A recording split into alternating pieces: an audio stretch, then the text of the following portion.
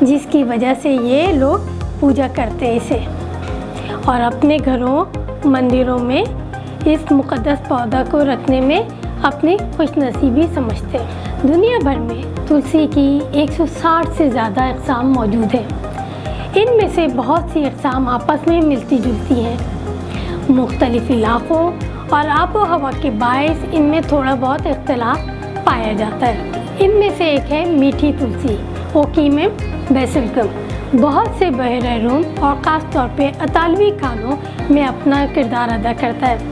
یہ پیسٹو کی بنیاد بناتا ہے اور سلاد، پاستا، پیزا اور دیگر برتنوں میں ایک خاص ذائقہ جوڑتا ہے۔ یعنی ہم جب اس کو ڈالتے ہیں میٹھی تلسی کو پیزا وغیرہ میں، تو آپ دیکھتے ہیں کہ ایک خاص ایک مزہ آ جاتا ہے، ایک الگ ایک خوشبو دیتا ہے۔ ہمارا جو سالن ہے یا ہماری جو بھی ڈش ہے وہ ایک الگ مزہ دیتی ہے۔ تو یہ چیز ہمیں نظر آتی ہے میٹھی تلسی کے استعمال کرنے سے۔ انڈونیشیا، تھائی اور ویتنامی کھانوں میں بھی استعمال کیا جاتا ہے۔ غذا میں میٹھی تلسی وائٹامن، معدنیات اور متعدد اینٹی آکسیڈنٹ فراہم کرتی ہے، اور اس کا تیل دواؤں میں استعمال ہوتا ہے۔ میٹھی تلسی، جس کو ریحان اوکیمم بیسلکم کہتے ہیں، اس کا پودا جیسے میں نے پہلے بھی بتایا تھا کہ پاکستان، بھارت، سری لنکا، نیپال اور بنگلہ دیش کے تمام علاقوں میں آسانی سے کاشت کیا جاتا ہے۔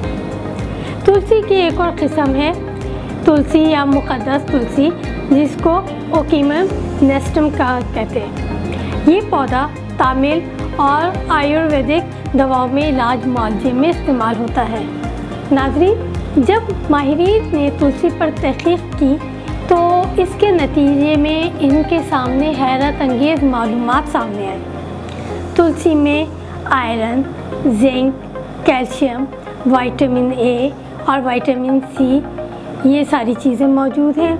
اس میں کینسر سے لڑنے والے اینٹی آکسیڈنٹس اور سوزش سے بچانے والے بیٹا کیروفائلن اور کئی اہم قدرتی اجزاء وافر مقدار میں پائے جاتے ہیں۔ ایک حالیہ تحقیق میں یہ بھی کہا گیا ہے کہ تلسی کے پتے جینیاتی نقائص کو دور کر کے ہمارے ڈی این اے کو صحت مند حالت میں برقرار رکھتے ہیں۔ جیسا کہ میں نے آپ کو ناظرین بتایا تھا کہ تلسی کے پتے نہ صرف کھانوں میں ایک نیا ذائقہ پیدا کرتے ہیں، بلکہ یہ ان سے بہت ساری بیماریوں کا علاج بھی کیا جاتا ہے۔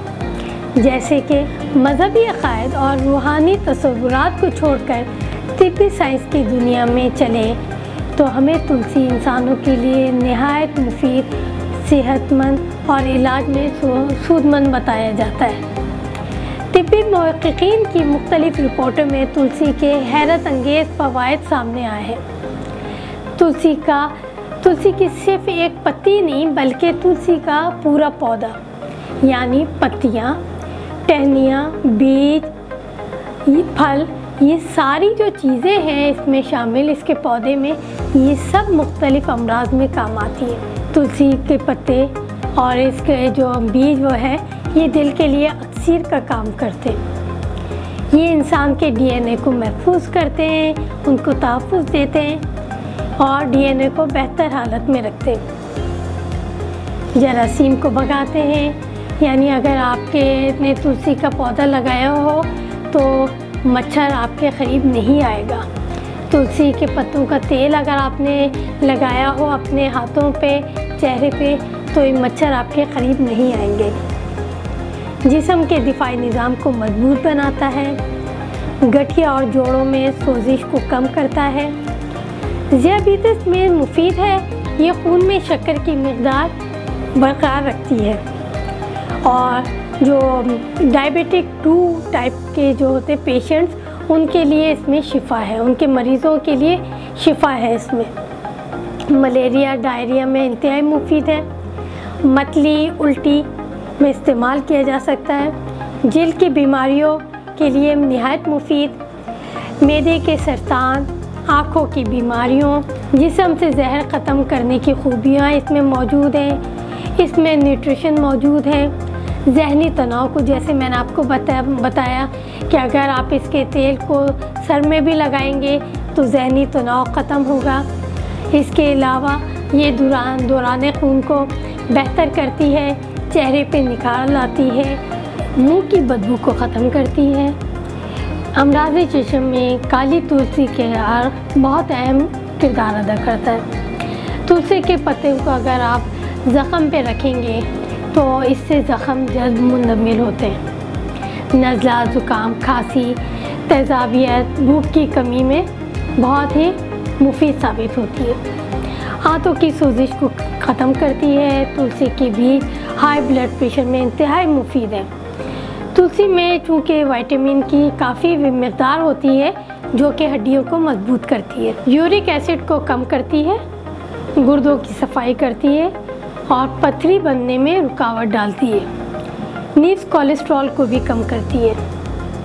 جیسے میں نے آپ کو پہلے بھی بتایا تھا کہ جراثیم کش ہے، یعنی جراثیم کو بھگاتی ہے، مچھر، کیڑے مکوڑے کا خاتمہ کرتی ہے، خاص طور پہ کھٹملوں کا بہت اچھے سے خاتمہ کرتی ہے۔ اب آپ سوچ رہے ہوں گے جب تلسی میں اتنی خوبیاں ہیں تو یقیناً تلسی کے پودے کو ہم اپنے گھر میں لگائیں۔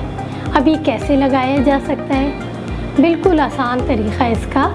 آپ تلسی کے بیج کے ذریعے جو ہے اس کا پودا لگا سکتے ہیں، لیکن ضروری ہے کہ سردیوں کے آخر یا موسم بہار کے شروع میں بیج لگائیں۔ تلسی کے بیج لگانے کا بہترین وقت مئی کے آخر میں ہے۔ ریحان تلسی کا پودا 1 میٹر تک بلند ہوتا ہے۔ اس کے پتے خوشبودار اور سبز یا سرخی مائل ہوتے ہیں اور اس کے پتے چھوٹے ہوتے ہیں۔ جی ناظرین، تو کیسا لگا ہمارا آج کا یہ پروگرام آپ کو؟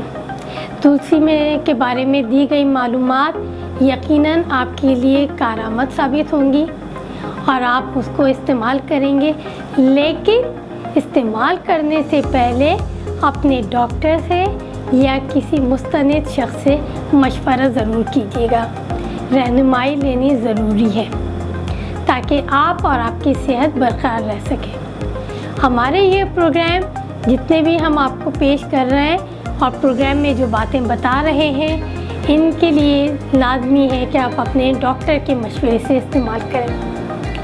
اس کے ساتھ ہی اپنی میزبان سیمی صدیقی کو پروگرام خزینہ صحت سے اجازت دیجیے۔ ایک نئے پروگرام کے ساتھ، مفید معلومات کے ساتھ ہم دوبارہ حاضر خدمت ہوں گے۔ تب تک کے لیے اللہ حافظ۔